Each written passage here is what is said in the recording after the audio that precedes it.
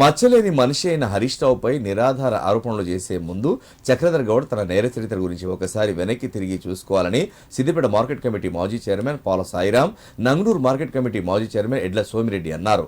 Siddipet MLA camp కార్యాలయంలో ఏర్పాటు చేసిన మీడియా సమావేశంలో బీఆర్ఎస్ నాయకులు ఎల్లారెడ్డితో కలిసి వారు మాట్లాడారు. ఎప్పుడు ఏ పార్టీలో ఉంటాడో తెలియని చక్రధర్కు హరీష్ రావు గురించి కనీసం మాట్లాడే అర్హత కూడా లేదన్నారు. మాటి మాటికి సిద్దిపేట పేరు తీసే చక్రధర్ గౌడ్ సిద్దిపేటపై ప్రేమ ఉంటే సిద్దిపేట నుంచి కాంగ్రెస్ ప్రభుత్వం తరలించుకుపోయిన వెటర్నరీ కాలేజీని తిరిగి తీసుకురావాలని డిమాండ్ చేశారు. హరీష్ రావు అంటే ఏంటో సిద్దిపేట ప్రజలకు కాకుండా రాష్ట్ర ప్రజలందరికీ తెలుసునని, ఎవరు ఎన్ని అసత్య ఆరోపణలు ఆయనపై చేసినా ప్రజలు వాటిని నమ్మరని తెలిపారు. ఈ సమావేశంలో బీఆర్ఎస్ నాయకులు ప్రశాంత్ గౌడ్, లింగం, నరేష్ గౌడ్, రమేష్, సాయి ప్రేమ్, నాగరాజు, సాయి చరణ్ గౌడ్ పాల్గొన్నారు. చేసినటువంటి చక్రధర్ గౌడ్ గారు ఈరోజు తెలంగాణ ఉద్యమ నేత, ఈ సిద్దిపేట ప్రజలతోని అభిమానంతో 7 సార్లు రాష్ట్రంలో దేశంలో ఒక అత్యుత్తమ ఎమ్మెల్యేగా పేరుగాంచినటువంటి హరీష్ రావు గారి మీద ఒక చౌకబార్ ఆరోపణ చేయడాన్ని మా పార్టీ పక్షాన మేమంతా కూడా తీవ్రంగా ఖండిస్తున్నాం. అయితే చక్రధర్ గారు కేవలం హరీష్ రావు గారి పైన విమర్శలు చేయడం ద్వారా నేను ప్రచారంలోకి రావచ్చన్న ఒక కుసంస్కారం, నీచ ప్రవృత్తితోని ఈ ఆధారం లేని పసలేని ఆరోపణలు చేస్తుంది.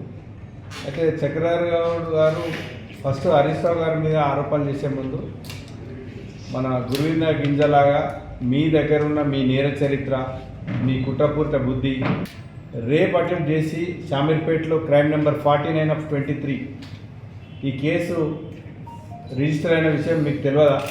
ఇవన్నీ విషయాలు మర్చిపోయి మళ్ళీ అనవసరంగా ఆకాశం మీద ఉమ్మేసినట్టు హరీష్ రావు గారి మీద ఆరోపణలు చేయడం చాలా శోచనీయం. తనకు తానుగా ఎన్నికల అప్డేట్లు ఇచ్చిన కేసులే గిన్నున్నాయి. ఇది మీ చరిత్ర. ఒక్కొక్క కేసు చూస్తూ ఉంటే తన అఫిడవిట్లోనే రౌడీయిజం, రేపిజం, దొంగతనాలు, మోసాలు ఇట్లాంటి కేసులు చరిత్ర కలిగిన నీవెక్కడ?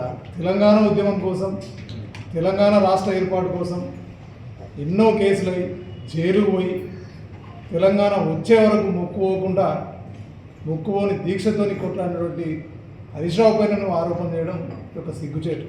ఇది ఎట్లా అయిపోతుందంటే కాంగ్రెస్ ప్రభుత్వం వచ్చిన తర్వాత వాళ్ళ యొక్క వైఫల్యాలను ఎండగడుతూ ఉంటే హరీష్ రావును తట్టుకోవడం ఎలా అనే ఆలోచనలో వారి యొక్క కాంగ్రెస్ అధిష్టానము ఈ కింది నాయకత్వానికి కానీ ఈ జిల్లా నాయకత్వానికి మీరు ఏ విధంగానైనా హరీష్ రావును బదనాం చేసే విధంగా, బురదజల్లు చేసే విధంగా చేయాలని ఒక పోటీ పెట్టినట్టుగా కనిపిస్తూ ఉంది. ఆ ప్రభుత్వంలో ఎవరు కాకపోతే ఇంకో పోటీ పెట్టినట్టు అనిపిస్తూ ఉంది. హరీష్ రావును ఎవరు ఎక్కువ ఇది చేస్తే ఇబ్బంది పెడితే వారికి మేము మీకు పదవులు ఇస్తామని పోటీ పెట్టినట్టుంది.